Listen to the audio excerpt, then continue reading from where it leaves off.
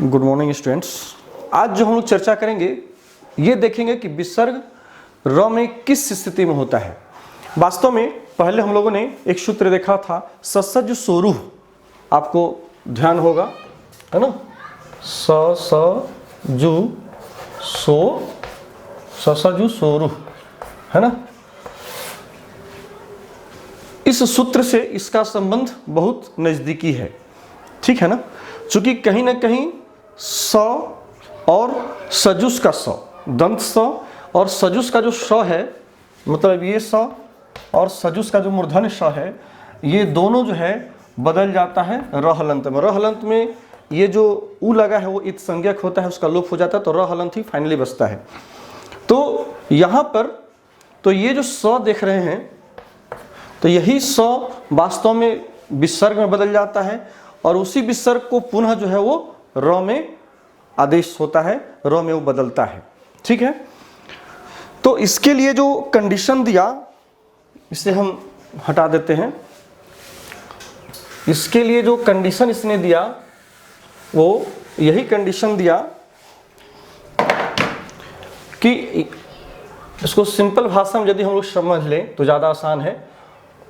ये विसर्ग है और कहता है कि इस विसर्ग के पहले क्या हो, कोई भी अ या आ से भिन्न स्वर हो। और इसे भी यदि हम हटा दें तो ज़्यादा अच्छा रहेगा। कहता है कि अ अथवा आ से, है ना, अ अथवा आ से क्या हो,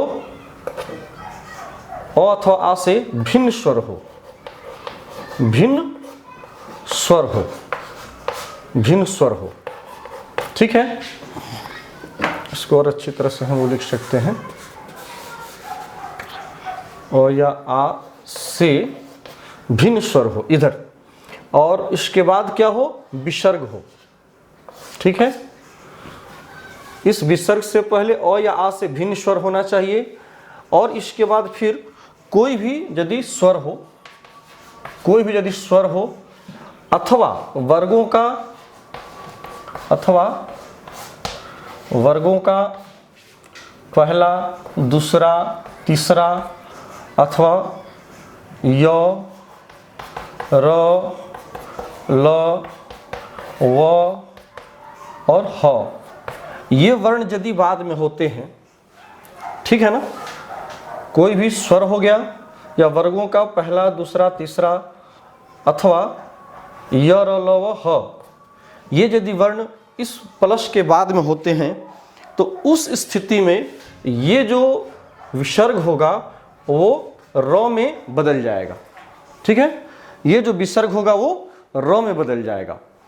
ये बड़ा ही अपने तरीका से बना हुआ एक साधारण तौर पर एक तरह से सूत्र है, फॉर्मूला है। उसी फॉर्मूला को हम लोगों ने तोड़ा है संक्षिप्त में करने के लिए, क्योंकि वास्तव में इसके जो सूत्रों को आप देखेंगे तो वहाँ जैसे ससज सोरुह को कि सौ किस तरह से फिर विसर्ग हुआ, फिर इसके बाद रू में बदला र में, तो वो यही स्थिति है, ठीक है। तो उसमें बहुत ज़्यादा हम विस्तार में नहीं जाते हैं, केवल मैं चाहता हूँ कि जो मुख्य चीज़ है उसको आप जान लें कि मुख्य रूप से कैसे वो बदलता है। तो इसके लिए कंडीशन यही दिया, जो कि हम लोग विसर्ग का र पढ़ रहे हैं, विसर्ग किस तरह से र में कन्वर्ट होता है, बदलता है। तो इसके लिए कंडीशन दिया कि इस विसर्ग के पहले अ या आ से कोई भी भिन्न स्वर हो। कहने का मतलब है कि इस विसर्ग से पहले अ या आ नहीं होना चाहिए, वैसा पद जो कि अ या आ से भिन्न उसमें स्वर लगा हुआ हो, ठीक है ना। तो तभी, और उसके बाद कोई भी स्वर हो सकता है, उससे भिन्न स्वर हो सकता है, या वर्गों का प्रथमा, द्वितीय, तृतीया या य, र, ल हो, तो उस स्थिति में विसर्ग र में बदलेगा। यदि हम लोग उदाहरण को लेंगे तो और ज़्यादा स्पष्ट होगा। जैसे कि मुनि ही जोड़ अयम, एक उदाहरण लेते हैं हम लोग, मुनि प्लस अयम, ठीक है। अब यहाँ मुनि ही जोड़ अयम में आप यदि ध्यान दीजिए तो ये देखिए, ये विसर्ग है, मुनि में लगा हुआ ये क्या है, विसर्ग है, स्पष्ट दिखाई दे रहा होगा। मुनि में लगा हुआ विसर्ग, और इस विसर्ग से पहले कौन सा स्वर है, ई स्वर है। यदि इसको तोड़ दें तो और ज्यादा स्पष्ट हो जाएगा, क्लियर हो जाएगा। मुंह न हलंत करिएगा तो इससे कौन सा स्वर निकलेगा, ई निकलेगा, ह्रस्व ई। और इसी ह्रस्व ई के आगे है स्वर, ये सॉरी विसर्ग, और इस विसर्ग के पश्चात लगा हुआ है अ स्वर आया हुआ, अयम का अ है। तो ये देखिए विसर्ग से पहले ई है, ठीक है ना, ये सारा कंडीशन फुलफिल हो रहा है। विसर्ग के पहले ई है और इस विसर्ग के बाद इससे भिन्न स्वर है। तो इस स्थिति में यह जो विसर्ग है वो र में बदल जाएगा, ठीक है ना। क्योंकि यहां जो कहा अ या आ से भिन्न होना चाहिए, यही यहां ध्यान देने की बात है। ई जो है अ या आ स्वर नहीं है, मुनि में लगा हुआ जो ई है वो अ या आ से भिन्न स्वर है। भिन्न स्वर मतलब कहने का कि अ या आ नहीं है। अ या आ को छोड़कर कोई भी उ, ए, ई, दीर्घ ई, री, ये सभी जो बाकी जो स्वर वर्ण हैं वो लगे होने चाहिए, तभी उसके बाद यदि विसर्ग आता है तो उस विसर्ग को क्या हो जाएगा, र हलंत हो जाएगा। उस विसर्ग को र हलंत हो जाएगा और उसके साथ ये भी कंडीशन है कि उस प्लस के बाद कोई ना कोई स्वर वर्ण हो और वर्गों का प्रथम द्वितीय जो यहां लिखा हुआ है वो, ठीक है। तो अब देखिए ये जो विसर्ग है ये विसर्ग किस में बदल गया, र हलंत में बदल गया। इसी को हम लोग रुत्व विधान भी कहते हैं। विसर्ग को र में बदल जाना ये रुत्व विधान कहलाता है, जो कि आपके सीबीएसई के सिलेबस में दिया हुआ है। रुत्व विधान या रुत्व संधि मतलब विसर्ग संधि के अंतर्गत आने वाला जो र किस तरह से बनता है, इस प्रक्रिया को हम लोग रुत्व विधान कहते हैं, ठीक है। तो यहां जो है ये विसर्ग र हलंत बदल गया। अब आप ध्यान दीजिए यहां क्या है, ये तो ई है तो ये ई पुनः इसमें प्रवेश कर जाएगा, तो मुंह न में ई लगा है तो नी हो गया, इधर र हलंत है, इधर क्या है, अयम है, ठीक है। सबको आप जोड़ेंगे तो क्या हो जाएगा, मुनि रयम। मुनि चूंकि र हलंत है तो र के आगे आया हुआ जो अ स्वर है र में प्रवेश कर जाएगा, तो बन जाएगा मुनि रयम, ठीक है, मुनि रयम। यही आपका विसर्ग का र में बदलना। और किस प्रकार आपके पास जो एग्जामिनेशन में जो क्वेश्चन आएंगे वो आपको सिर्फ ये दिया रहेगा कि मुनि प्लस अयम, इसको आप संधि करके बताइए क्या होगा। तो जब इसको संधि करेंगे तो आपको दिमाग में होना चाहिए विसर्ग है और विसर्ग से पहले जो है अ या आ नहीं है। यदि विसर्ग के पहले यदि अ होता है ना या फिर आ होता तो क्या होता, यदि सपोज करिए कि अ या आ होता तो फिर हम लोग विसर्ग का यहाँ पर फिर लोप करने का भी नौबत आ जाता। चूंकि आ के बाद यदि विसर्ग हो तो इस स्थिति में विसर्ग का हम लोग लोप भी करते हैं, तो यहाँ वो स्थिति नहीं है। इसलिए ये कंडीशन पहले ही दे दिया गया ताकि अ या आ से भिन्न स्वर होना जरूरी है, ठीक है। अब हम लोग अगला उदाहरण और देखते हैं। इसे हम यदि हटा दें, आप चाहे तो इसका स्क्रीनशॉट ले सकते हैं। अब देखिए ये जो है, इसी से दूसरा उदाहरण यदि हम देखें, से भानु जोड़ उदेति। भानु जोड़ उदेति, ठीक है। यहां भी आप देखिए भानु जोड़ उदेति में क्या है, ये देखिए विसर्ग से पहले उ है, स्पष्ट है। यदि इसको और क्लियर करके देखिए तो न हलंत करिएगा तो इससे कौन सा स्वर निकलेगा, उ निकलेगा। उ के बाद विसर्ग है, विसर्ग के बाद उदेति का उदेति है। तो यही कह रहा है कि विसर्ग के बाद भी स्वर हो या वर्गों का प्रथम द्वितीय तृतीय वर्ण हो और इससे पहले अ या आ से भिन्न स्वर हो। तो यहां भी देखिए उ जो है अ या आ नहीं है, यहां जो उ है वो अ या आ से भिन्न स्वर है। तब इस स्थिति में इस कंडीशन को विसर्ग जो है पूरा फुलफिल कर रहा है, इसलिए जो विसर्ग है वो बदल जाएगा किसमें, र हलंत में। तो हो जाएगा भा, न में उ आ जाएगा, फिर नु, वैसे ही वापस भानु बन जाएगा। इधर र है, इधर उदेति है, उ देती। आगे वाला जो स्वर उ है ये र में प्रवेश कर जाएगा तो हो जाएगा रुदेति, भानु रुदेति। सबको जोड़िएगा तो हो जाएगा भानु रुदेति, भानु भानु रुदेति, ठीक है। ये आपका रूप बनेगा। इसी तरह से एक और हम लोग दूसरा उदाहरण एक व्यंजन वर्ण का भी देख लेते हैं। तो केवल हम लोगों ने केवल स्वर का देखा, इसी तरह से आप एक व्यंजन का भी देख सकते हैं।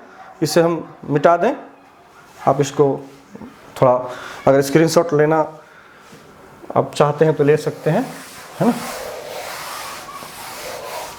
तीसरा उदाहरण इसमें हम लोग देख सकते हैं, मुनि प्लस गच्छति, मुनि प्लस गच्छति। ठीक है, यहां देखिए, यहां भी विसर्ग के पहले ईश्वर आया है, मुनि का ई है।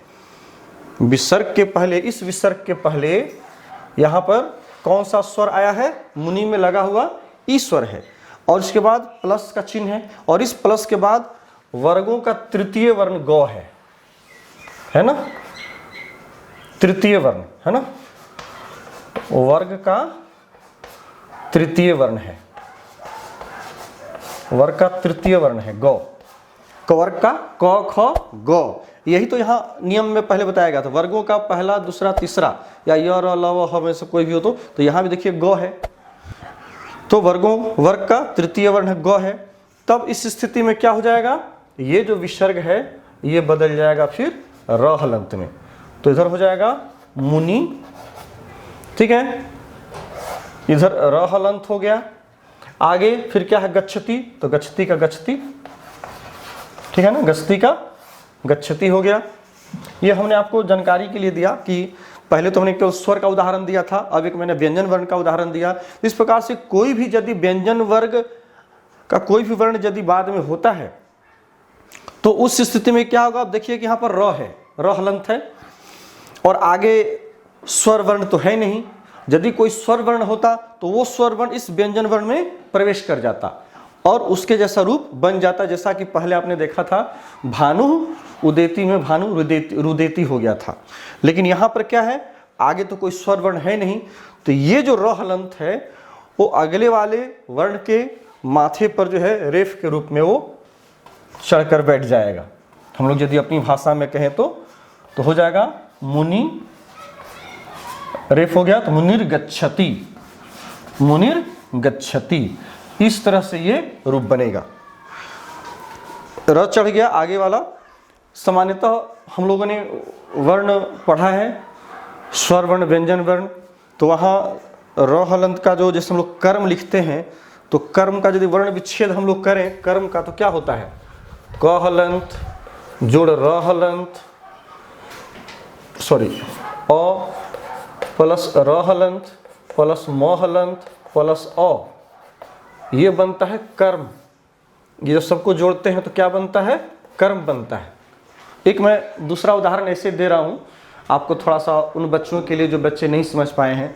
जैसे यहाँ देखिए क हलंत प्लस अ, क पूरा हो गया, र हलंत है, फिर र हलंत से तुरंत सटा हुआ म हलंत है, र हलंत क्या है, कोई स्वर नहीं है, फिर अ है, तो ये क्या बन गया, कर्म। तो आप देखिएगा म के ऊपर जो रेफ लगा हुआ है, म के ऊपर यहाँ रेफ है, तो ये रेफ कहाँ का है, इससे पहले देखिए र हलंत आया है, यही र हलंत अपने से आगे वाले वर्ण म के ऊपर रेफ के रूप में बदल गया है और फिर कर्म रूप बन गया, कर्म वर्ड का निर्माण हुआ, कर्म शब्द का निर्माण हुआ। तो इसी तरह से यहाँ भी वही हुआ है, अपने से आगे जो वर्ण आया है आपका गच्छति में, तो गच्छति जो है ग जो है वो व्यंजन वर्ण है, इसलिए र जो है हमेशा अपने से आगे वाला वर्ण के माथे में रेफ के रूप में वो बदल जाता है।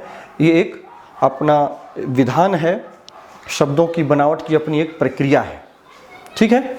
तो इस तरह से और भी आपको बहुत सारे उदाहरण मिलेंगे, आगे हम लोग एक्सरसाइज में बनाएंगे तो, ठीक है। अभी हम लोग ये देखें कि किस प्रकार से विसर्ग अपने ये र में बदलता है, ये ऋतु विधान क्या कहलाता है, इसके विषय हम लोगों ने देखा, जो कि सीबीएसई के आपके सिलेबस में ये दिया हुआ है, ऋतु है ना, शत्व विधान, ऋतु विधान, फिर इसके बाद विसर्ग का लोप, फिर विसर्ग का तालव्य श, दंत समूर्धन आदि में परिवर्तन होना। ये तो अब हम लोगों का जो एक जो बचा हुआ है, वो एक सिर्फ बचा हुआ है, वो है विसर्ग का लोप होना।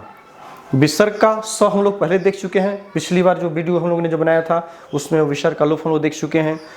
इसमें हम लोगों ने विसर्ग का किस प्रकार से र में परिवर्तित होता है इसे हमने देख लिया। एक और हम लोग का बचा है विसर्ग का किस प्रकार से लोप होता है, वो हमें देखना है। तो उससे हम लोग फिर नेक्स्ट वीडियो में मिलेंगे, तब तक के लिए आज्ञा दीजिए। Thank you.